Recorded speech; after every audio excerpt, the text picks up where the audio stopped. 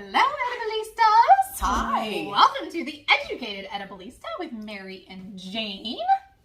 Yes, that's us, the Educated Edibilistas. Like when you have kids. What are your names? Right. We mix it up. Well, yeah. And plus, looking at the camera and it's yeah, backwards, it's so confusing, it's, yeah. so. Like, who's who? So today we are talking about growing marijuana. Oh my So it goodness. is legal in our state now. It may not be in yours. So obviously figure all your own shit out because Yes. we don't know who the fuck you are or where you are. Exactly. So And we cannot give legal advice, so. anyway, so there you go. But if you're thinking about growing, there are kind of four main areas that you need to think about. And some of them, well, all of them I had no idea until we started Tell us, researching. please. And I went to a conference this past summer and sat next to this lovely gentleman who literally had diagrams and everything of everything I that he had remember set his up. setup, yeah, Yeah, it and was intense. Yeah, he gave me so much to think about. Like, I was like, oh gosh. So let's go through these fairly quickly, guys. You're going to have to do a lot of research, based on your choices and everything. But these are the things that you just need to think about. Absolutely. You're also going to have to take into consideration whether or not you already have a green thumb. Definitely, this isn't like growing beans. I mean, it is and it isn't. Bean seeds are cheap. Yeah. But you're going to really want Cannabis seeds are not. do your homework and know what you're doing before you embark on growing any sort of cannabis. Yeah. So first thing is size of space. So in our state, we can only grow 4 plants, so you don't need a lot of space. But if you plan to and you can, you need to figure that out. Are you going to do a tent? Where are you going to do it? Attic space, basement space, a room you don't use, all that stuff. But each of those things has their own thing that you need to think about. Absolutely. So I really don't have a space other than my basement. And talking to that gentleman, he's like, yeah, not a good idea. Because I live in an 1800s home. And it's like moist. Yeah. It's a horrible word, but it's moist. It is a horrible word, but in this instance, it's important it's to important. note. Yeah, no, I hadn't thought about that. So we could not do there. If you're doing in a top of a garage that's uninsulated, and you live in Georgia and it's 150 degrees in there. Not, how are you you're going in to Alaska and Alaska, it's negative 150 degrees in there, you have to take all of these things into consideration. The environment is so important. Exactly. So outside, of course, you need to think about security, all of that stuff. So the size of the space that you need and or want is your first consideration. Kind of touched on it, but air quality, if you're in a moist area, how are you going to keep saying that, don't you? I do. It squeams everybody out. And it's moist. squeaming me out. So you need to think about those things, temperature, moisture. The plants also create a lot of their own moisture. Yes. So be aware of that. Yeah. So if you're growing in a place that already has moisture, and now you're adding it, now you have problems. Because you can develop mold and plant pests and things like that. So you definitely spider mites. You really got to be super careful and just be very attentive to your plants every single day. Yeah, which is a whole nother thing. So make sure, before you embark on this, you have to make sure you're the type of person that has the temperament to be patient and to make adjustments if needed and, to just devote the time. It's not going to be like plant these seeds and walk away and come back, outside, maybe in a couple months and you have full grown bud. It doesn't work like that. Daily. A lot of maintenance. Yes, so we're going to talk about that as well a little bit. Ventilation, not just, the air, whether it's basement or whatever, but actually venting the plants, especially because they smell, guys. I don't know if you've heard this. Marijuana smells. Yes. So do the Not plants. just when you light it up. Yeah. As it's growing. So if you're doing inside and you're living there, you definitely want a fan system and a filter. They have charcoal filters and all types of stuff.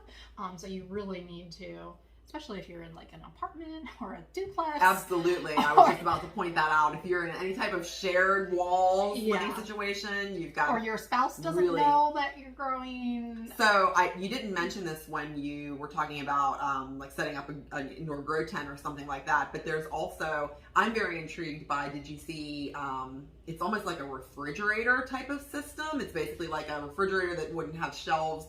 Well, I guess it might have shelves in it for what you're doing, but I know people have done a DIY, basically taken a refrigerator shell and converted that to grow that's in interesting. because it's like self-contained and Yeah. like insulated. So I think it's kind of intriguing. I don't know anything about it other than that. Or something. Yeah, it just looked really cool. That would look cool, yeah. Yeah, there's so many different We'll ways have to find to someone do that does stuff. that Yeah. and check it out. I'm so curious. Yeah.